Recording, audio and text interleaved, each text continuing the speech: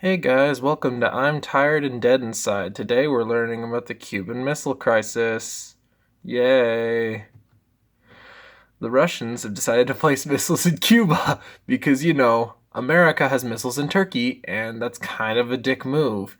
And so, as they basically they put the missiles in Cuba to deter America from doing a first strike because even though the Russians bragged about having really good missiles, they didn't really have good long-range missiles, but their medium ones, fantastic.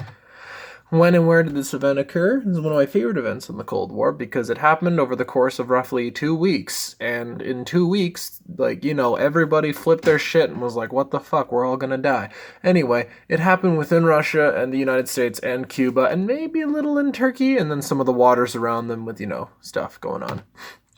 Who was involved? Russia, Cuba, and the United States, and then maybe Turkey. But the main three people were JFK, R.I.P. JFK, Fidel Castro, I don't think I'll say R.I.P. for him, and Nikita Khrushchev.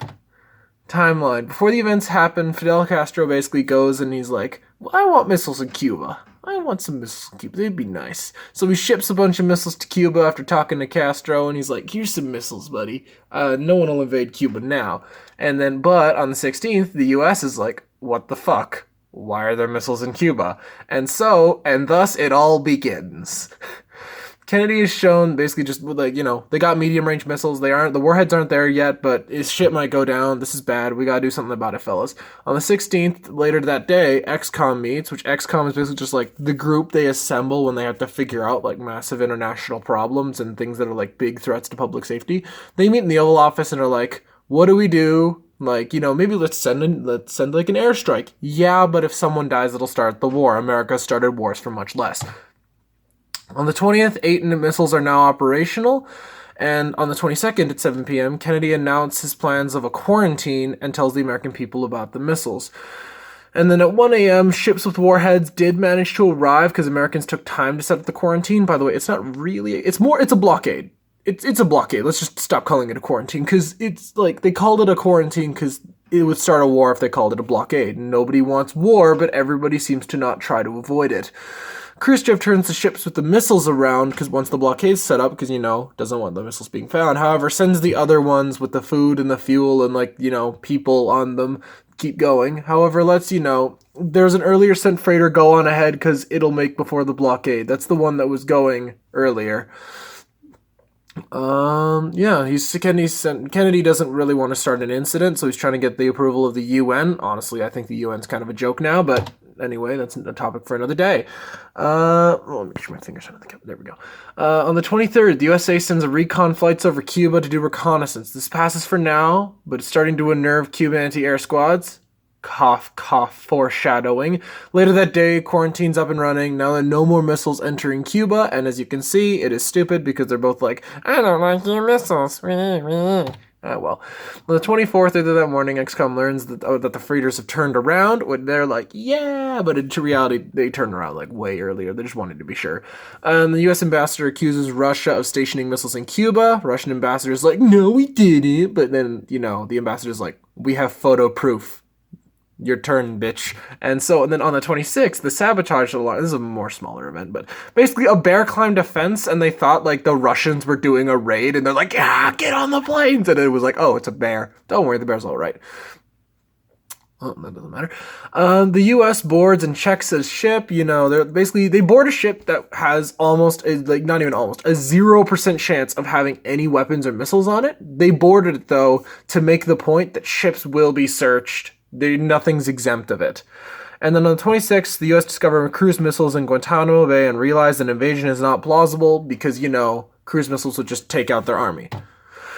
On October 26th, 27th, Castro is pissed that the U.S. keeps sending recon flights over Cuba, the foreshadowing, and gives authorization to shoot them down. He also warns the U.S. of this, so it's not out of nowhere if a plane gets shot down. He warns them, if you fly planes over, I'm going to shoot at them. And at the same time, Khrushchev's letter arrives at the White House, explains that he does not want a war to break out. He basically just says his offering of, take the stuff out of Cuba, I'll take the missiles out of Cuba if you promise to never invade Cuba. And then a recon plane shot down, escalating things further. This is on Black Saturday, Day Humanity Clinical Nuclear Annihilation. A lot of stuff happened on Saturday. All this stuff happened on Saturday. A U.S. pilot went into Soviet airspace by accident, And he flew, and so people in the White House debate over the deal that proposed by Khrushchev, removing the missiles from Turkey. Basically, they sent a second deal as well, where he's like basically just like, also, bro, remove your missiles from Turkey. They scare us, and pledged to never invade Cuba, and like missiles will be gone. And so, 27th, more debating. Kennedy wants to accept, but doing so will break NATO, mainly because the missiles protect Turkey, but they can't just go, hey, Turkey, fuck you, and try to keep NATO still. All right. Later that day, the dude who was doing the riskiest flight of his entire life returns to Alaska. He had no idea that, like, literally the entire time he was flying, jets were below him, like, waiting for him to descend because they thought he was going to go for an airstrike on the Soviet Union. All right. And then October 27th, 6:30 p.m. Basically, this is another interesting one. A Russian submarine basically just played cat and mouse, except they got caught, and nobody told them that they were going to use depth charges. So many of them thought the war had started. Now, normally two people got to say yes in order to fire a missile, but there was a third important dude on board who said no, and the small choice may have seemed stupid to the rest of the crew, but millions survived, and they surfaced surrounded. XCOM's dismissed, and Kennedy retreats with some advisors. They make a decision and decide to accept the first deal publicly, but under the table say if they take the deal, the missiles will be out of Turkey, but if the conversation leaks, no dice, Mr. Khrushchev.